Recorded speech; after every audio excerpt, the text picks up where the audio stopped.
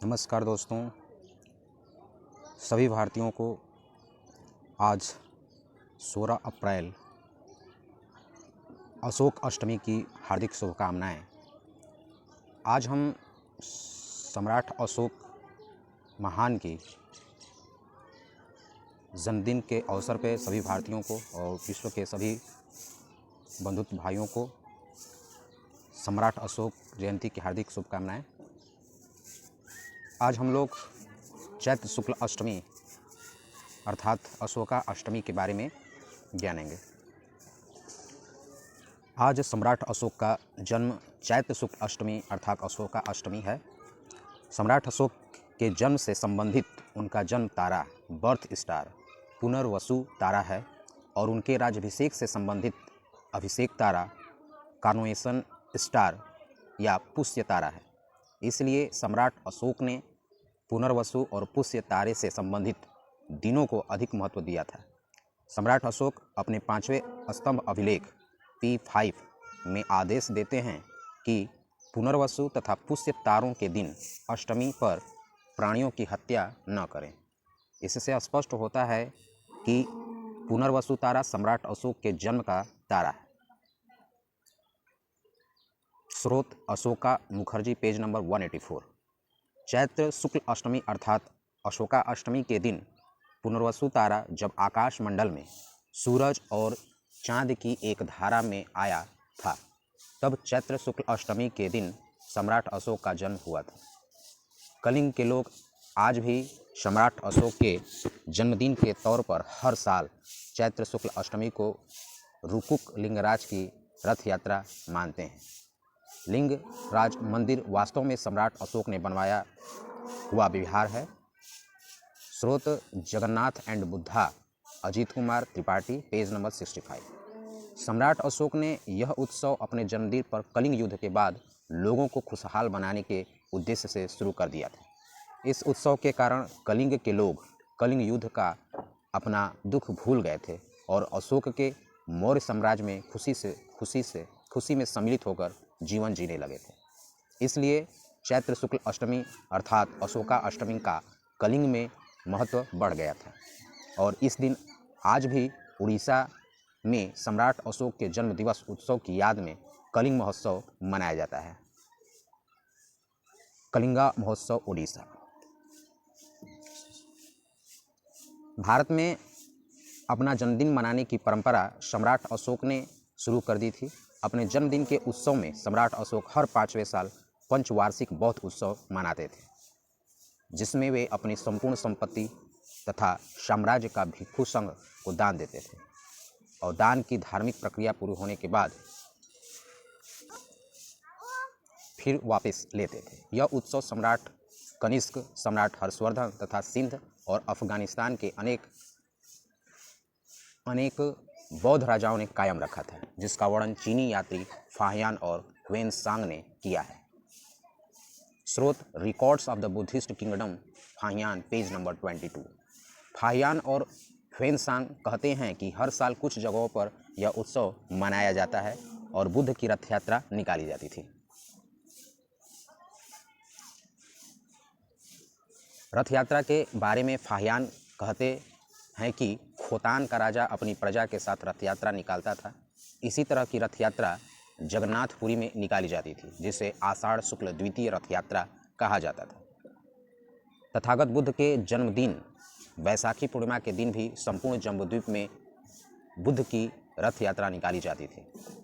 स्रोत है the famous car festival of Puri, Ravindra Kumar Behiria, page number 106।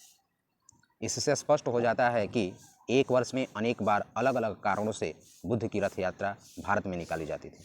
Chaitra शुक्ल अष्टमी अर्थात अशोका अष्टमी को सम्राट अशोक के जन्मदिन की याद में रथ यात्रा निकाली जाती थी।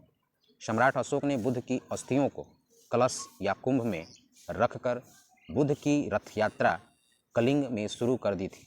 बाद में कलिंग के माली लोगों ने वह जारी रखी थी। सम्राट अशोक ने भुवनेश्वर में यह रथ यात्रा बुद्ध की मौसी महाप्रजापति गौतमी के स्तूप तक यह रथ यात्रा निकाली थी। इसलिए आज भी यह रथ यात्रा भुवनेश्वर में मौसी माँ के के घर तक निकाली जाती है। स्रोत है Jagannath and Buddha, page number 65। और आजकल इन्हीं रथ यात्रा का नकल करके आज रामनवमी के दिन ये रथ यात्रा निकाली जाती है, जो कि वास्तविक रथ यात्रा तथागत गौतम बुद्ध और सम्राट अशोक की है। इससे स्पष्ट हो जाता है कि अशोका अष्टमी यह सम्राट अशोक का जन्मदिन ही है, लेकिन सम्राट अशोक का जन्मोत्सव मिटाने के लिए बाद में ब्राह्मणों ने काल्पनिक राम का जन्मोत्सव रामनवमी यह अशोका अष्टमी के दूसरे दिन मनाना शुरू कर दिया। राम का जन्म तारा बर्थ स्टार भी अशोक की तरह पुनर्वसु है। स्रोत वाल्मीकि रामायण 1:18-8-9। विश्व प्रसिद्ध इतिहासकार विंसेंट स्मिथ ने सम्राट अशोक पर अशोका यह बुक लिखा है, जिसमें उन्होंने बताया है कि पुनर्वसु तारा जो सम्राट अशोक का जन्मदिन का तारा बर्थ स्टार ऑफ अशोका कहा जाता है। Source Ashoka Vincent Smith, page number 206-207। उन्होंने बताया है कि सम्राट अशोक अपने जन्मदिन पर बड़ी संख्या में कैदियों को कारागार से छोड़ते थे और पशु हत्या पर उस दिन उन्होंने पूर्णतः पाबंदी लगा दी थी। सम्राट अशोक ने यह बात खुद अपने अभिलेख 5 में लिखकर कही है।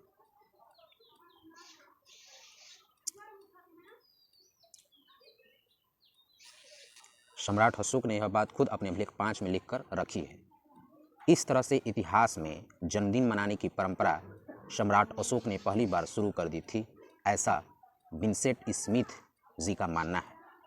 सम्राट अशोक अपने अभिलेख 5 में एडिक्ट 5 यह लिखते हैं कि पुष्य तथा पुनर्वसु तारा जब पूर्णिमा के चांद के साथ स्पष्ट दिखाई देता है, उस दिन सभी प्रकार की प्राणी हत्या पर पाबंदी है। इतना ही नहीं, बल्कि इस दिन बुद्ध की रथ यात्रा तथा विभिन्न विमानों का अर्थात नाटकों का आयोजन कर सम्राट अशोक अपना जन्मदिन मनाते थे।